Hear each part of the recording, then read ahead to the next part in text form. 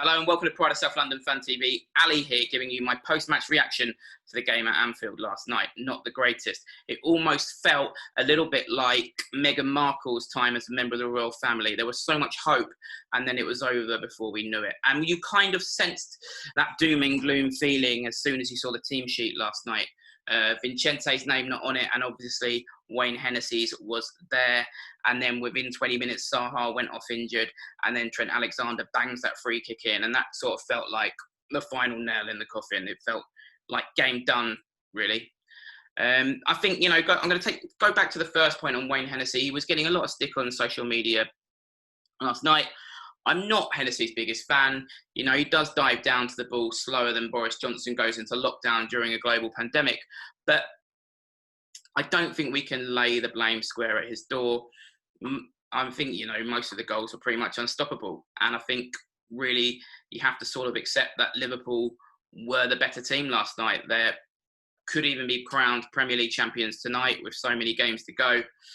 I think, we could have done better, and that is embodied by the fact the amazing stat last night that we didn't even get a touch in their penalty area, and I think that's not really acceptable. And I think actually what's disappointing there is we're often accused of being a one-man team with Zaha. This was an opportunity for other players to sort of step up, Max Meyer, for example, and show that we have other creative options in the team, and they didn't really. That might be a bit harsh considering of how well Liverpool played, but I think that stat that we didn't even touch the ball in their penalty area, you've got to really question the performance. Let's move into Roy's rating. I'm going to give him a 5. I think the biggest point yesterday was he made quite a few changes. Some of them were apparently forced, so Vincente and Benteke were forced decisions. I called Sakho coming in for Dan in my preview. I questioned whether Scott Dan could play 2 games in a week. And I still think that could be a masterstroke, because going into the Burnley game now, Scott Dan coming back in will give confidence to the team, and we've preserved the 4-game Premier League record with Gary Cahill of 4 matches in a row of a clean sheet. So it could be a real boost to the team. And I think, I'm with Wilf going off after 20 minutes in tandem with Liverpool's brilliant performance, to be fair. I don't know whether these changes would have affected the result anyway. So it could be a masterstroke resting Scott Dan. We will find out after the Burnley game. I think the one that surprised me more was Luca. Now, in my preview of the Bournemouth game, I predicted that I thought McCarthy might come in for the Liverpool game and Luca might get rested. But after Luca's performance against Bournemouth, I was surprised not to see his name on the team sheet. I would have thought he would have been one of the first names on the team sheet. So that was probably my real surprise in terms of the team selection. Where I kind of feel Roy loses marks yesterday is bringing Max Meyer on was sort of fruitless. He's not a wide player. He drifted in the middle. We ended up playing really with 4 central midfielders.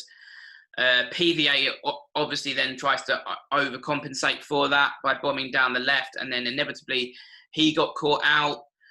And I would question as well what the point was of bringing on Pirik, a young player, for the last 5 minutes. Perhaps he should have come on earlier, and then you could have saved Max Meyer to come up on in the middle to change something later on in the game.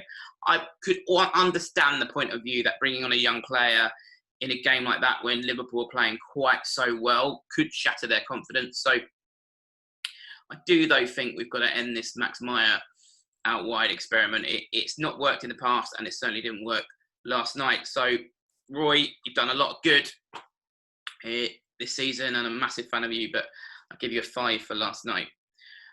Moving on, man of the match. I don't really want to dwell on this too much because I don't know who to choose. Andros, he kept trying. Yeah, give it to Andros Townsend for he kept trying to, at least I felt was trying to make something happen. Didn't get very far, but there's not much to choose from in terms of man of the match. And I really, really want to move on for that quickly, because I want to talk about the Sky coverage last night. I thought it was absolutely shocking.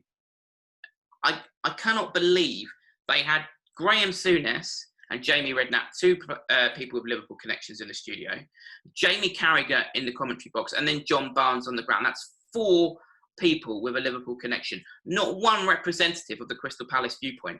Now, They could have at least got a player who had played for both clubs. Like, I would have loved to have heard Neil Razor-Ruddock's views on the game. Or the sensible one, of course, would have been Clinton Morrison, who works for Sky, that a lot of Palace fans were alluding to. But I do not pay, and I feel actually a lot of other football fans beyond Palace, outside of the top six, would probably sympathise with this. We do not pay our Sky subscriptions for such biased coverage, and I'm not getting value for money, am I, from the endless Big Bang Theory repeats? Although Sheldon probably could have done a better job than Wayne Hennessy yesterday, some might say. I just felt it was pretty. They didn't even pretend they weren't being biased with that selection of pundits yesterday. So very, very poor, I think, from Sky Sports. Moving on, my ref rating. There wasn't really anything too controversial. There were a couple of free kicks that went Liverpool's way, and then the sort of same thing happened at the other end, and it didn't go our way. But I don't think you can pin anything on the ref or give the ref a 6 out of 10. So I think mainly we've got to just move on from last night, put that one aside, get ready for Burnley. Definitely bring Scott Dan back in the team. Like I said, that could be a real masterstroke from Roy, in that it will give the team confidence and assurance bringing him back in. We've preserved his record with Gary Cahill. The big one now, I guess, is Wilfred Vicente. And that's what all Palace fans are going to be eagerly awaiting, is the news on how serious their injuries are. I don't know what Eileen Drury is up to these days, or Uri Geller, but we need to get some healing hands onto them quickly.